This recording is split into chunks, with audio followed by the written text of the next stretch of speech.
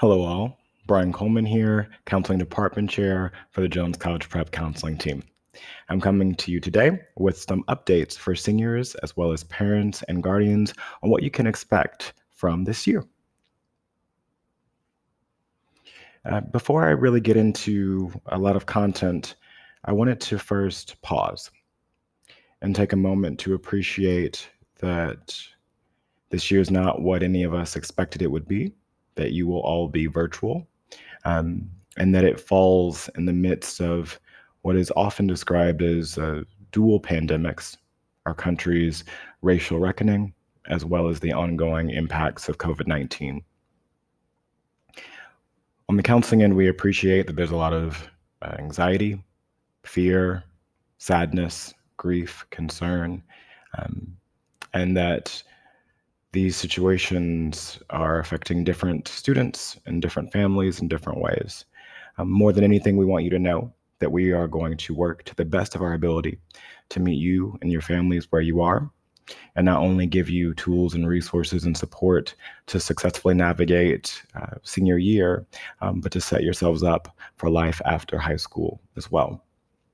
We also appreciate that there's a lot of work being done throughout our Jones community as we think about anti-racist best practice and equity. And we want you to know that on the counseling end, we're absolutely committed to this work.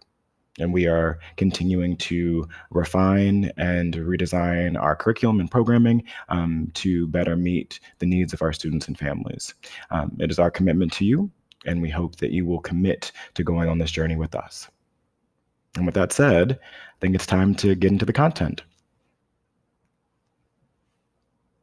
So today, I'm going to talk to you briefly around our counseling calendar for the year, letters of recommendation, what you need to know.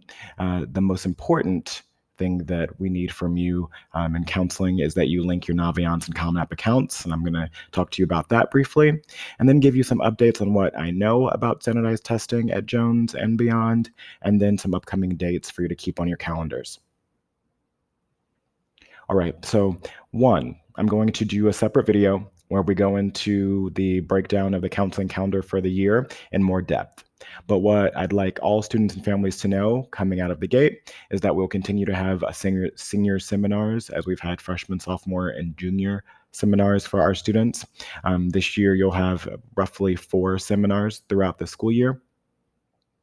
The first seminar will be taking place the second week of school through English courses. So students stay tuned for a seminar. You'll either have it on Monday, September 14th, or Tuesday, September 15th. And we'll talk a little bit more about that later in the video. We always do a family night for students and parents in September. This year, since we are virtual, we're going to be doing something different. We'll have a version of it happen during the school day for parents and guardians, for those of you who are available during the day. And then we'll have another, the same content will be shared in the evening on Monday, September 21st, for any students, parents, and guardians that want to attend. We'll be doing the majority of the content asynchronously, so I'll be posting videos in the next few weeks for you to review in preparation for that night, and it will be more of a live Q&A session. We've already started pushing out content around scholarships. We've been highlighting QuestBridge and Posse for students who are pursuing those programs. We'll continue to provide information on financial aid. Please keep in mind that the majority of the emails around senior year will come from Jones JCP Counselor's Corner, as opposed to your individual counselor. We'll be sending out financial aid information, deadline information, all this important information you'll likely see from JCP Counselor's Corner. Just make sure you have an eye out for those messages. In terms of equity, making sure that we are meeting students where they are and being aware that different students have different needs. We're also going to be sharing out more targeted scholarship opportunities for a variety of student populations. Our BIPOC students, our first generation students, more targeted interventions, especially as relates to financial aid. I'll also be doing a separate financial aid refresher video for students as we start the year, just to build on the content that we still have for you in Google Classroom from junior year. We've sent out information for upcoming college fairs. The National Association for College Admission Counseling, NACAC, They have upcoming college fair for students. There's an upcoming college fair. HBCU, historically Black colleges and universities, have a college fair coming up in a few days, and we'll continue to push out college fair information to you as it becomes available. The virtual college fairs are a great opportunity to gain some exposure to different colleges and universities. We'll also be doing at Jones something we're calling Admissions Palooza, which will be a date or two in October, where we have college rep visits who will be available virtually to do small group meetings with students who are interested in their schools. And we'll be sending out more information on how that will work very soon. And we're also doing something new this year. We're going to have some alumni panels, not only alumni from a variety of different post-secondary paths, but we're also going to do more targeted alumni panels for first-generation students. And if we can get it together in time in October, a panel for students interested in historically Black colleges and universities. This is a big piece, application materials. You're probably right now wondering, well, how will my transcripts or my letters of recommendation be sent, my secondary school report, how will all that information go to my colleges and universities? Know that we're going to do that. And we have a special process that we use at Jones just to make sure that your counselor and you are on the same page in terms of what needs to be sent and when. There will be a video coming up this week talking to you about that, and we'll talk more about that when we see you during senior seminar. Also note that we have a formal required one-on-one with every student throughout high school. For seniors, though, our formal one-on-one takes place in April. That's when we're finalizing your post-secondary plan, making sure your counselor has evidence of your plan, your financial aid information, all of that. However, if you need support from your counselor before that, obviously reach out. Maybe that's not so obvious, but know that we want you to reach out. If you, your parents and guardians want to talk to us, we can always schedule something via Google Meet or by phone to make sure we offer those tools and resources. And then just note, in terms of coming back to the programming around equity, we appreciate that one of our most vulnerable populations when it comes to post-secondary planning is our first-generation students. We define first generation, as many institutions do, as students who are going to be in the first generation to pursue and complete a four-year college degree. There are a lot of obstacles that these students may face in post-secondary planning, particularly as relates to exposure to the process and the pieces. There's systemic barriers as well. So we're stepping up our programming, and students counselors will be reaching out if they haven't already to talk about small group or individual resources and planning that can be done. So stay tuned for more information on that. All right, letters of recommendation. Three big things to think about here. One, your self-assessment. Your self-assessment was actually due to your counselor in Google Classroom before the end of junior year. If you didn't complete that, you need to get that to your counselor as soon as possible. Parents, guardians, we ask you to reach out to your students and check in. Did you get this to your counselor? Because we use the self-assessments to help us build our letters of recommendation. And if a counselor does not have that self-assessment from a student, then we're not going to be able to write that letter. So if you know you're going to want or need a letter of recommendation from your counselor, it's very important that you get that done as soon as possible. When it comes to teacher letters of recommendation, there are two big things to be thinking about. One, as we told all students before the end of junior year, reach out to your teachers, ask if they're willing to write a letter of recommendation for you.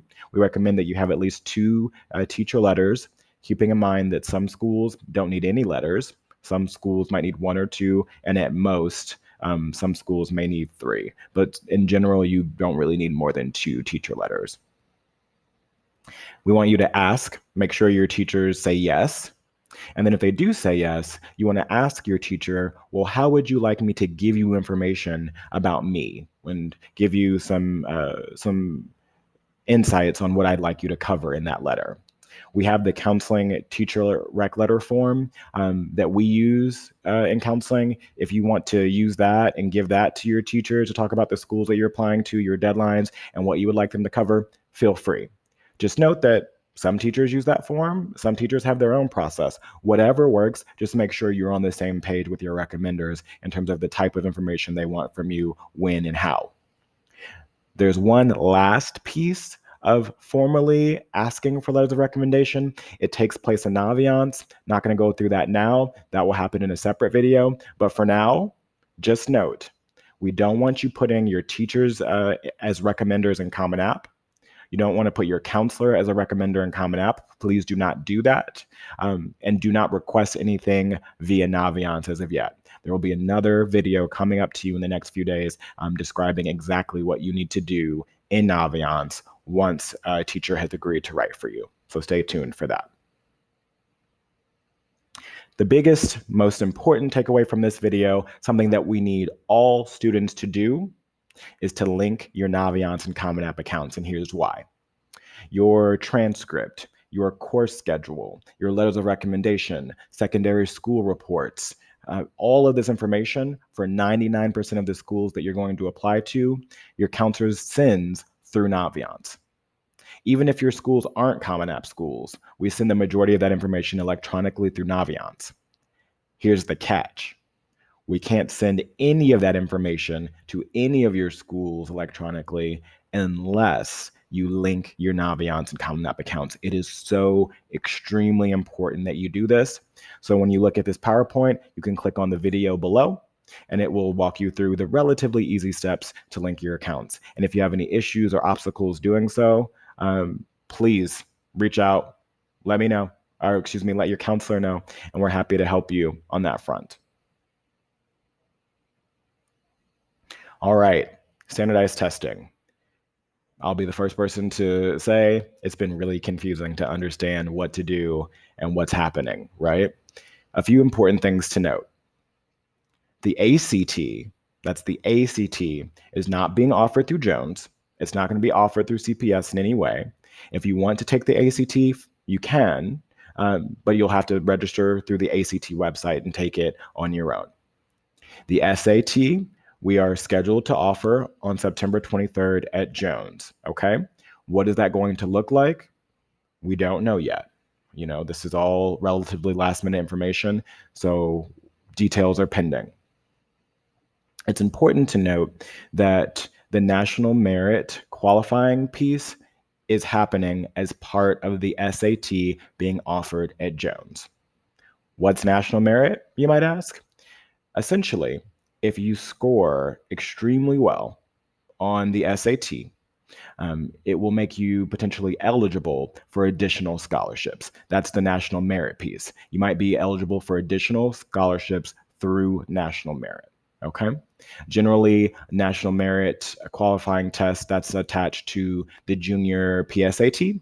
But since that didn't happen last fall due to the teacher strike, and it didn't happen in the spring due to remote learning, the test now available in September will be the qualifying exam. When it comes to understanding broadly the landscape, the post-secondary landscape around standardized testing, know that it's shifting. There's a history of equity issues related to both the SAT and the ACT. And a lot of those issues have only been exacerbated, only grown in the wake of our global health crisis. So I've linked here to an article from Inside Higher Ed that just gives you a quick snapshot of some of the obstacles and questions and really the concerns related to standardized testing and how the National Association for College Admission Counseling is really requesting colleges and universities to rethink how they value standardized tests and the movement that many schools are already taking.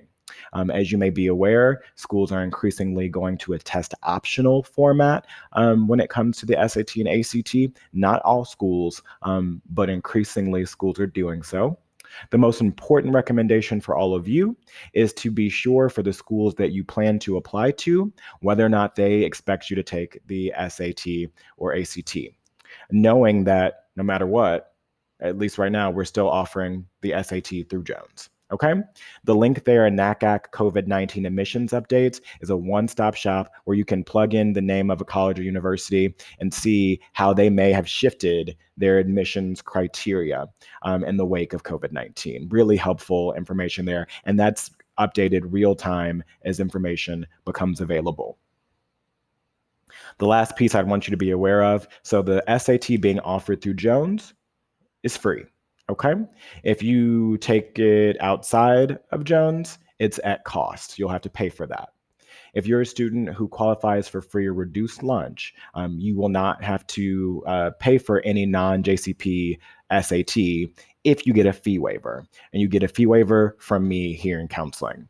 If you're not sure whether or not you qualify federally for free or reduced lunch, you can reach out to your counselor or me and we can let you know, okay?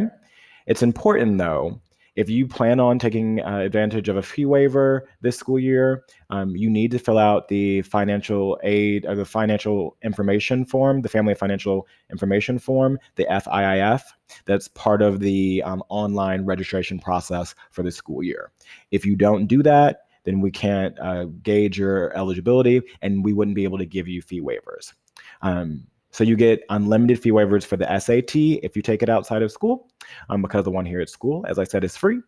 And for the ACT, you can get up to 2 fee waivers for that. So reach out if you have any questions on that front. Once we have more information on standardized testing, I plan to create a video with Mrs. Edelman, the Director of Student Services, to give you information on that front. So stay tuned. The last piece here are just some upcoming dates. As I mentioned, Senior Seminar will take place on Monday and Tuesday, September 14th and 15th. We'll cover Common App, Naviance, our scholarship and college material submission process and how we work with you to make that happen. We'll also talk about self-care. How are you coping with the virtual climate and what steps are you taking to support yourself in order to manage, your academics and cope successfully with all of the competing pieces as we start the school year?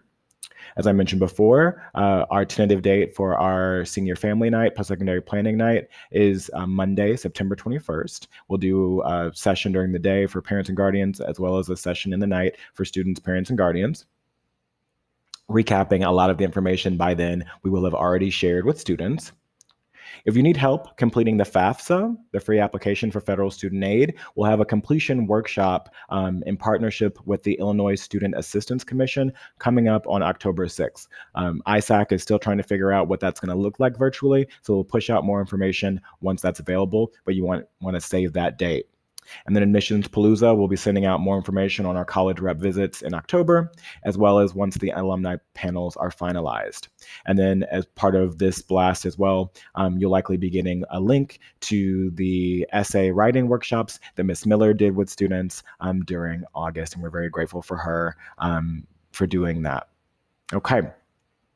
If you have any questions about any of the content that I've provided on behalf of the counseling team, I strongly recommend that you reach out to your counselor, and here are our caseload information, just in case the students forgot or parents and guardians didn't have access to that information. You can reach out to us via email, and we're happy to support.